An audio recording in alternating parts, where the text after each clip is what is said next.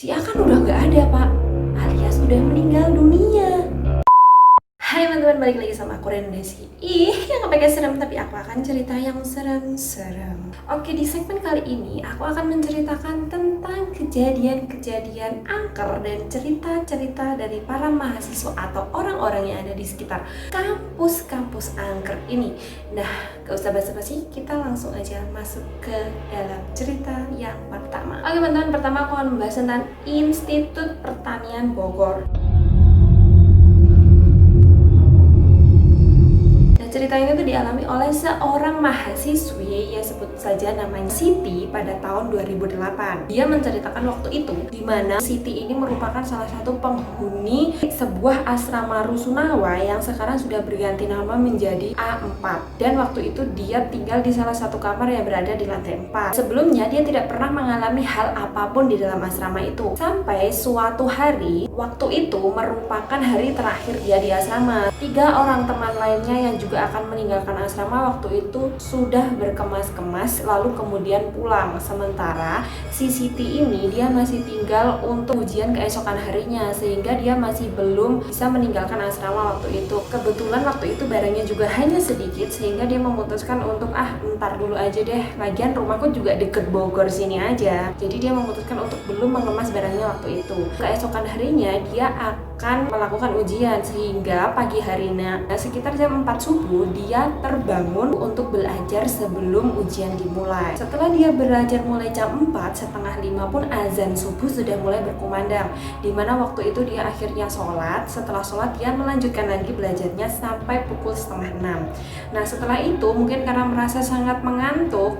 akhirnya dia berpindah sambil membaca buku di tempat tidurnya. Kemudian dia merasa sangat ngantuk sekali, sehingga entah apa yang membuatnya sangat mengantuk waktu itu, dia pun akhirnya tertidur. Beberapa menit kemudian dia mengalami sleep paralysis, dimana biasanya kita menyebutnya dengan ketindihan, ya kan? Jadi waktu itu si Siti ketindihan dan berusaha untuk menggerakkan badannya. Akhirnya dia bisa menggerakkan badannya dan miring ke kanan. Tapi anehnya, setelah bisa menggerakkan badannya dan miring ke kanan, dia mengalami sleep paralysis lagi, dimana akhirnya dia harus membelokkan badannya lagi. Nah, setelah berhasil dengan itu, dia mengalami lagi sleep paralysis. Jadi waktu itu dia sangat heran, gimana mungkin aku bisa mengalami 3 kali sleep paralysis waktu itu.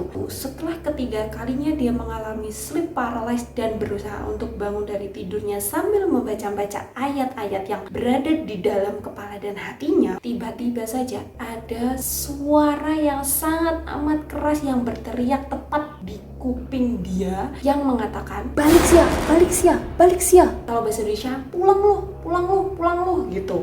Nah, jadi waktu itu dia benar-benar merasakan kalau ada seorang laki-laki yang sekitar umurnya 40-an ya, dengan suara yang berat dan keras berteriak tepat di telinganya dengan mengatakan, pulang, pulang, pulang. Intinya dia harus pulang. Waktu itu keadaan si Siti ini masih dalam sleep paralysis ya teman-teman. Jadi waktu itu dia mendengarkan suara seperti itu masih dalam keadaan sleep paralysis dan masih belum bisa bergerak.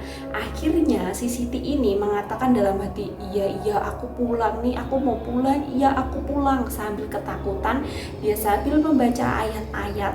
Terus akhirnya dia berhasil bangun. Setelah dia terbangun, dia langsung keluar dan lari menuju ke lantai 5, tepatnya di tempat kakaknya waktu itu juga satu asrama dengan dia.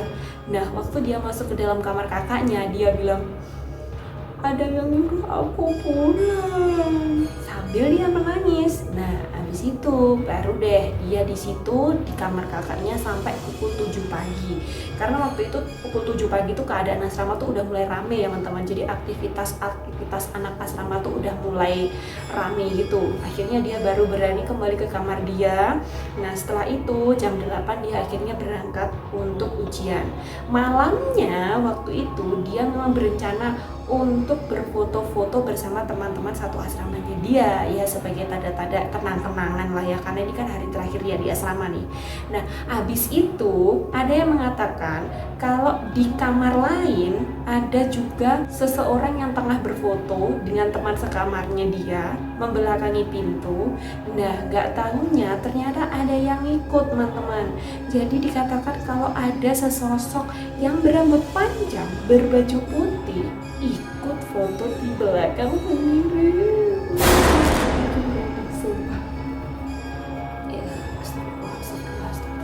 Astagfirullahaladzim. Oke, jadi waktu itu dikatakan kalau ada penampakan yang ikut foto sama mereka.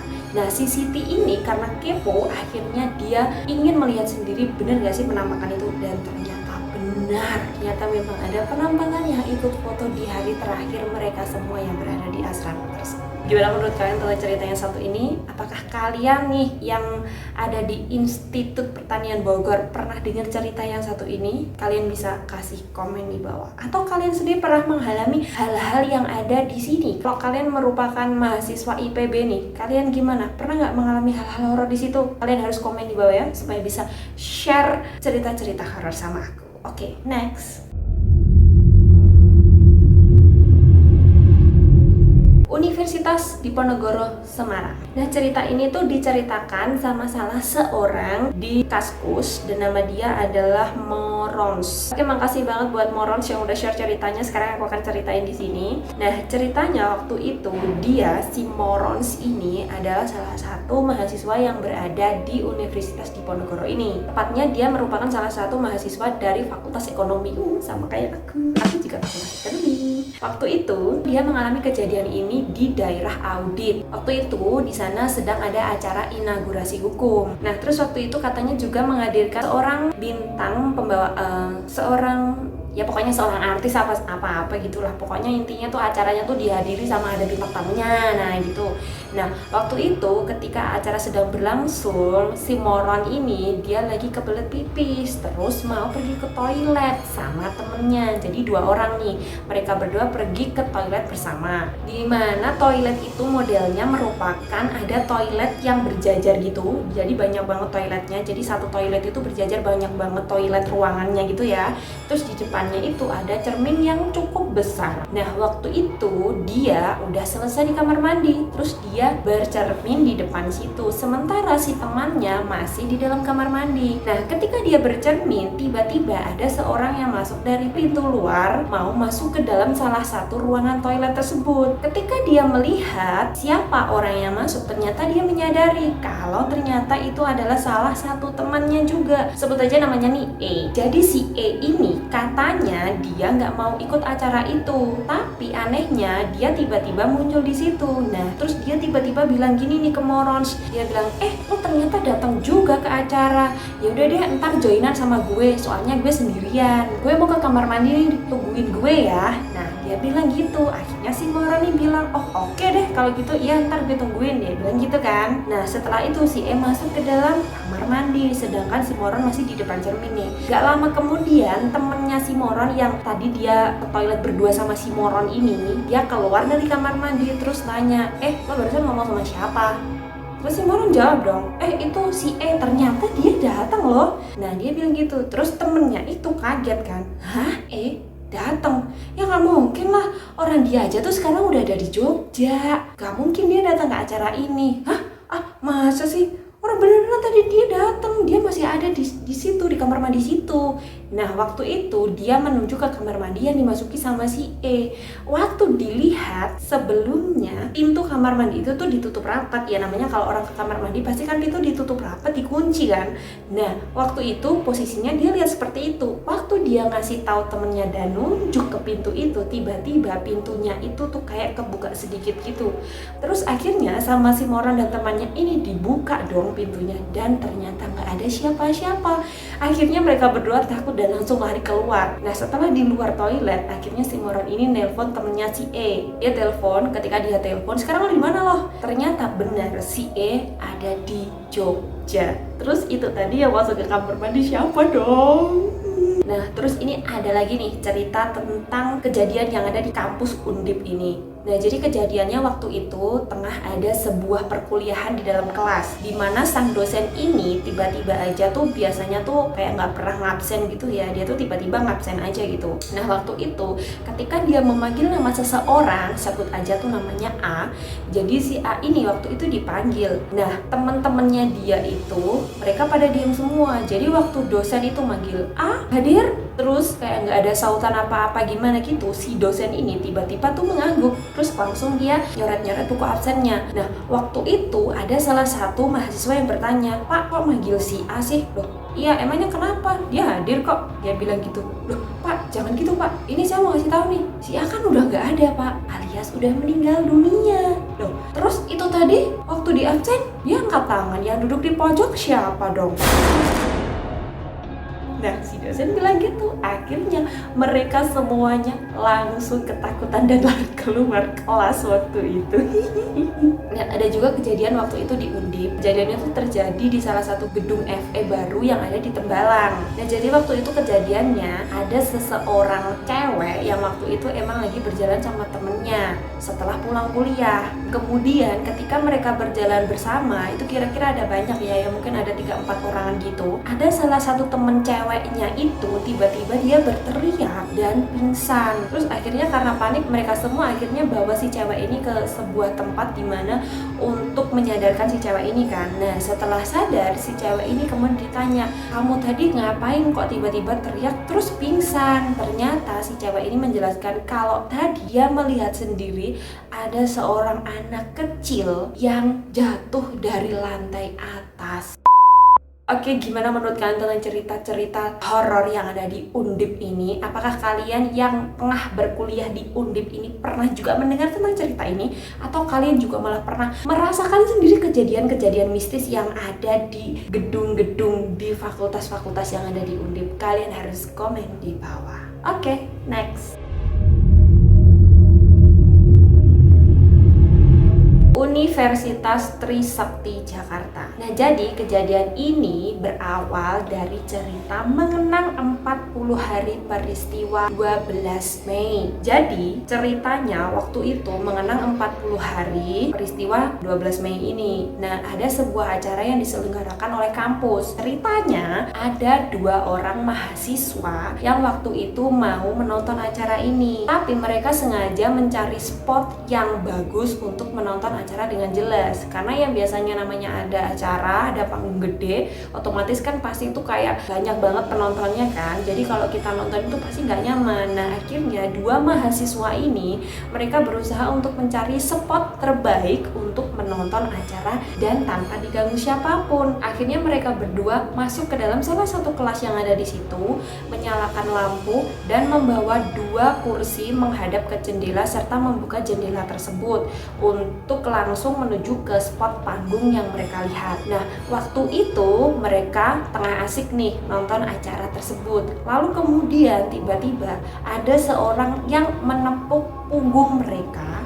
Lalu kemudian dia ingin ikut duduk bergabung di situ untuk menyaksikan acara panggung tersebut. Nah, jadi si mahasiswa yang datang ini dia waktu itu mengenakan jaket ekonomi waktu itu, dan kemudian dia duduk di sebelah 2 mahasiswa ini. Setelah beberapa menit mereka menonton acara tersebut, tiba-tiba ada seorang senior yang datang dan langsung menepuk kedua bahu 2 mahasiswa ini. Terus dia bilang, ayo cepetan bantuin di bawah, bantuin angkat-angkat sekarang. Terus mereka menolak dong, ngapain sih, enggak, sekarang masih asik nih, kalian cepetan mau turun nggak? Atau kalian nggak mau turun sekarang, nggak mau nurutin omongan gue, kalian mau mati? Karena mendengar si seniornya ini tiba-tiba bilang begitu, akhirnya 2 mahasiswa ini takut dong.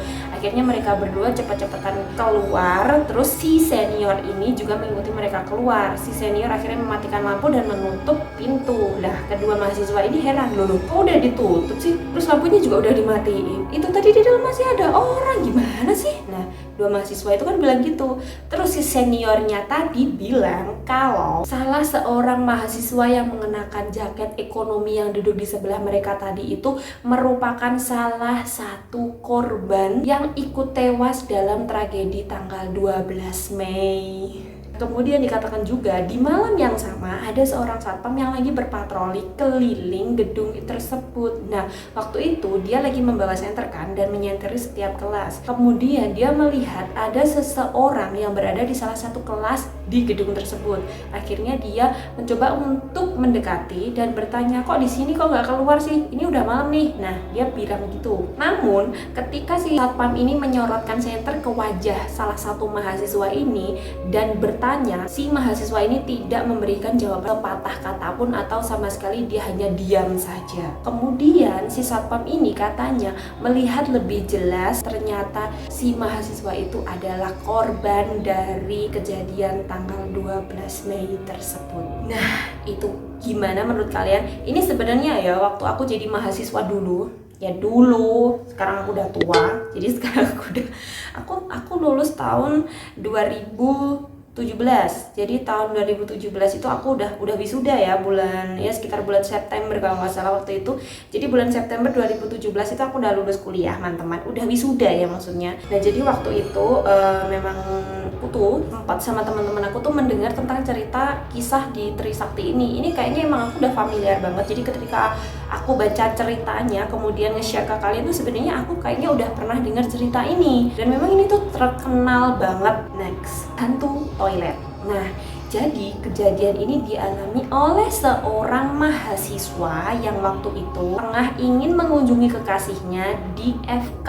Nah, ketika maghrib si mahasiswa ini tuh tiba-tiba aja kebelet pipis, terus dia pergi ke toilet. Nah, di toilet tersebut dia bertemu dengan salah seorang mahasiswa juga yang ternyata merupakan salah satu teman dari kekasihnya ini. Jadi kan ada salah satu mahasiswa, sebut aja namanya nih A. Dia mau mengunjungi kekasihnya si cewek namanya B. Nah, waktu dia ke toilet, dia bertemu dengan temannya B, sebut aja C. Nah, jadi waktu itu si A sama si C pergi ke toilet bersama. Jadi kan sama-sama laki-laki tuh, ya kan? Mereka ke toilet bersama. Nah, waktu di toilet bersama, tiba-tiba aja si C ini berteriak.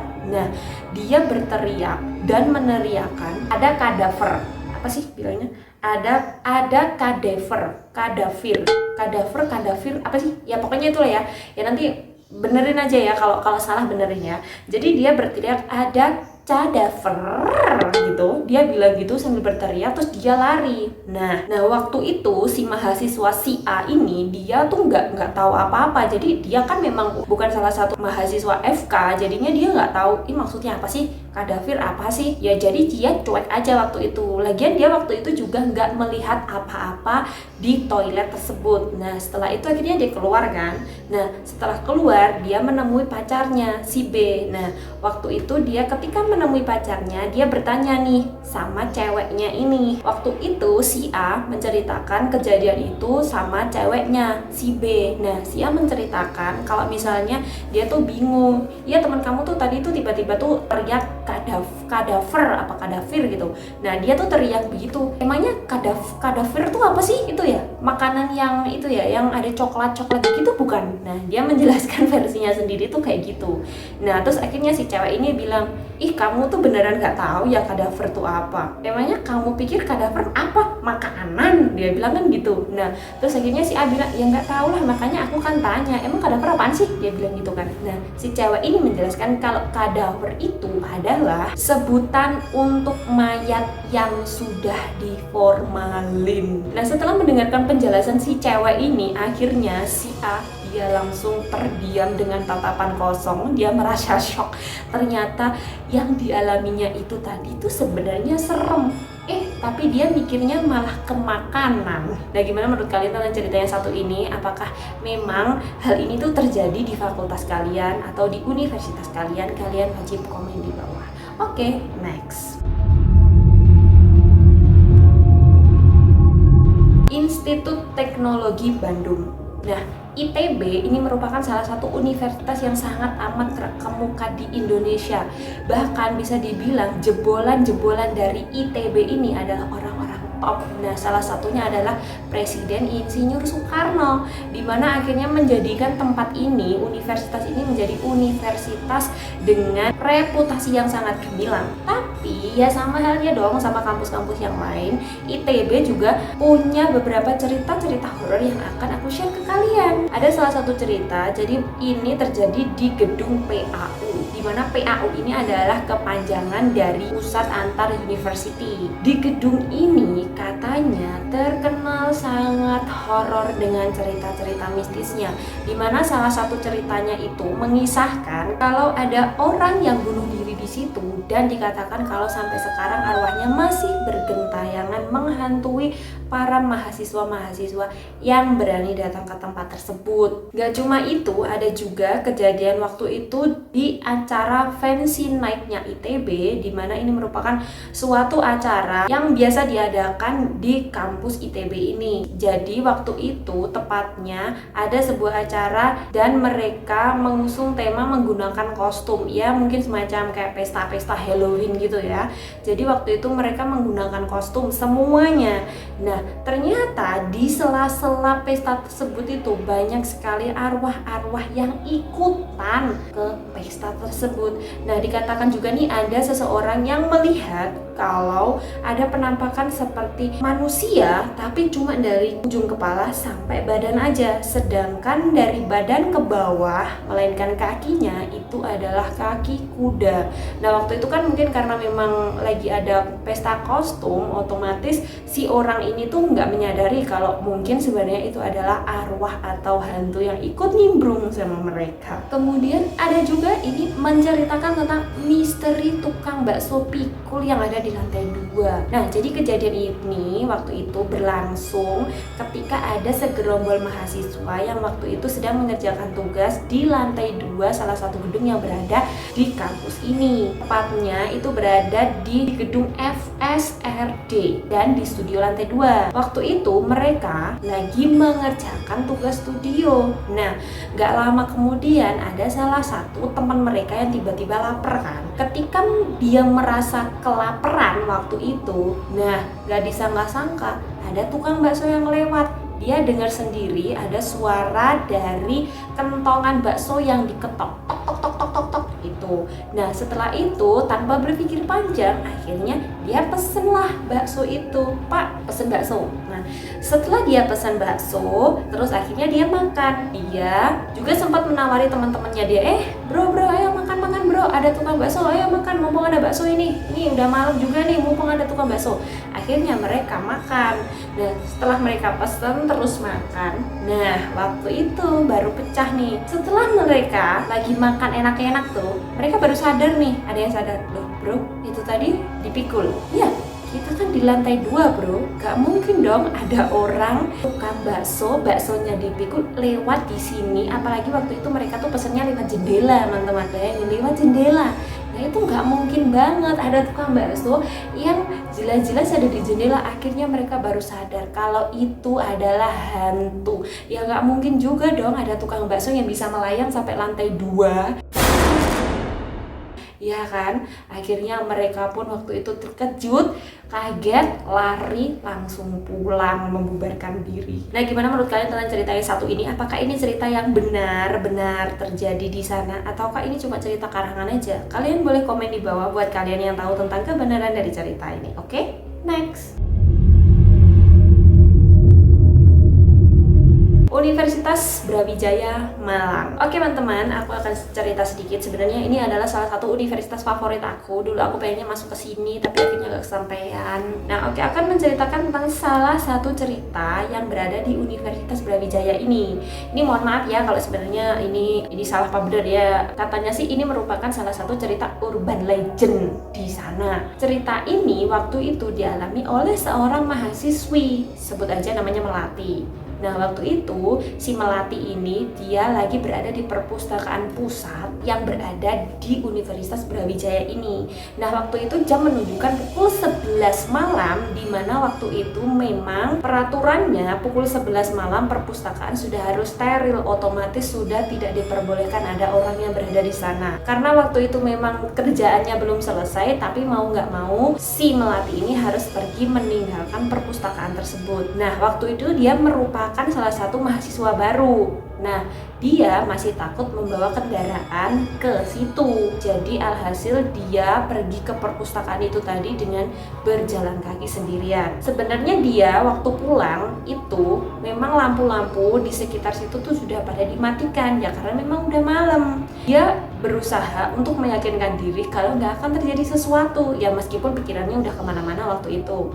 Nah, tapi sebenarnya dia juga bisa memanggil ojek online, tapi karena memang dirasa jarak antara perpustakaan pusat dengan kontrakan dia itu cukup dekat, akhirnya dia memutuskan untuk berjalan kaki saja. Nah, waktu itu dia sambil berjalan kaki sendirian di tengah malam. Waktu itu dia melewati kantor rektorat, di mana di kantor rektorat tersebut katanya banyak sekali pohon-pohon tinggi, dan dia melihat ada sesosok gadis yang berada duduk di bawah salah satu pohon tersebut. Tapi waktu itu memang karena dia mungkin takut dan tidak kepikiran apa-apa sama sekali, dia akhirnya cuek aja nih. Dia cuek dan langsung meninggalkan gadis tersebut. Dia berjalan melewati gadis tersebut tanpa menyapa apa-apa gitulah ya. Intinya dia tuh sebenarnya takut aja tapi berusaha untuk cuek gitu ya. Nah, setelah dia melewati cewek tersebut, beberapa menit kemudian tiba-tiba dia merasakan kalau ada dua cairan yang waktu itu tiba-tiba ngalir dan mengenai sepatunya dia. Nah, waktu itu dia sempat melihat ke bawah dan melihat sendiri kalau cairan tersebut yang pertama adalah cairan dari air kencing, dan yang kedua adalah cairan yang sangat pekat seperti darah. Setelah menyadari hal tersebut, tiba-tiba saja cewek yang berada di belakang dia yang baru aja dia lewatin ini, tiba-tiba aja si cewek tersebut mengeluarkan suara yang sangat amat menyeramkan. Dengan suara yang sangat menyeramkan ini, bukannya si Melati ini malah lari, dia malah nengok ke arah sumber suara. Ketika dia melihat sendiri, ternyata si cewek tersebut tiba-tiba badannya bergetar seolah-olah seperti terkena penyakit ayan dan mengeluarkan suara yang sangat menakutkan. Ketika dilihat, si cewek ini pun tidak punya mata, tidak punya hidung, tidak punya mulut, dan kepalanya hampir menerawang. Nah, setelah itu akhirnya mau nggak mau Melati ketakutan dan langsung lari ngibrit. Setelah itu akhirnya dia berlari sangat kencang hingga mencapai suatu pos jaga. Nah, di pos tersebut ada Bapak Satpam yang menjaga. Akhirnya si Melati menceritakan kejadian yang dialami dia, bahwa dia bertemu dengan sesosok muka rata yang berada di salah satu pohon yang berada di sekitar kantor rektorat tersebut. Nah, si Satpam ngomong sama Melati, bukan hanya dia saja yang sudah ditemui oleh si muka rata ini, melainkan udah banyak banget nih korbannya. Ada beberapa mahasiswa juga yang pernah mengalami hal yang dirasakan oleh Melati ini. Nah, setelah itu akhirnya Melati pun meminta tolong kepada Satpam untuk mengantarkan dia pulang ke kos, dan Satpam pun mengantarkan dia pulang. Nah, oke, cerita selanjutnya tentang Universitas Brawijaya ini. Jadi kisah ini dialami oleh seorang dosen yang waktu itu tengah akan pulang setelah melakukan kelas yang memang waktu itu merupakan kelas malam di kampus tersebut. Waktu itu si dosen ini pulang dan melewati salah satu gedung yang berada di Universitas Brawijaya ini. Nah, gedung itu adalah gedung FEB, yaitu adalah gedung Fakultas Ekonomi dan Bisnis. Nah, dikatakan juga kalau sebenarnya memang gedung FPB ini memang salah satu gedung yang angker di UB tersebut. Nah, si dosen ini waktu itu memang lagi pulang malam. Dia berjalan sendirian di sekitar situ, dan ketika dia melewati sebuah pintu gedung tersebut, dia melihat ada seseorang yang berjalan berlawanan arah dengannya. Setelah dia melihat ada seseorang yang berjalan berlawanan arah dengan dia, lalu kemudian dia sempat berpapasan dengan seseorang tersebut. Nah, dia merasakan ada sesuatu yang aneh dan janggal. Dia merasakan dia merinding dan seperti memang ada sesuatu yang aneh gitu. Nah, akhirnya dia pun menoleh ke belakang melihat seseorang yang sudah berpapasan dengannya tadi. Setelah ditoleh ke belakang, dia baru tahu kalau sosok yang baru saja berpapasan dengannya ternyata tidak berjalan kaki, melainkan melayang. Nah, Jadi itu tadi adalah sedikit cerita tentang kejadian-kejadian horor yang ada di Universitas Brawijaya Malang ini. Nah, buat kalian anak UB, apakah kalian sudah pernah mendengar tentang cerita urban legend yang ada di kampus kalian ini? Kalian harus komen di bawah. Atau kalian juga merupakan salah satu mahasiswa yang pernah dihantui? Atau kalian juga punya pengalaman sendiri tentang salah satu kejadian mistis yang ada di universitas ini? Kalian harus komen di bawah supaya kita bisa share cerita bersama. Oke, nah sekarang teman-teman makasih banget udah nonton cerita ini. Jadi cerita ini tuh sekian dulu. Tadi ada sekitar berapa ya? 5 universitas yang aku sebutkan ya. Nah, jadi buat kalian yang punya cerita-cerita horor tentang universitas-universitas yang lain yang gak harus ada di video ini, kalian bisa share cerita kalian di bawah di komen, oke? Nah, sekian dulu teman-teman cerita dari aku. Kalau kalian suka, kalian harus kasih like yang banyak, kasih komentar yang positif supaya hidup kita dikasih yang positif. Jangan lupa juga untuk klik subscribe dan nyalain lonceng notifikasinya supaya kalian tahu kalau aku upload video setiap hari Selasa, Rabu, Kamis, Jumat, dan Sabtu 5 hari dalam seminggu jam 10 pagi. Oke, makasih banget kalian udah nonton. Semoga kita semua selalu diberikan kesehatan dan kebahagiaan. Bye-bye.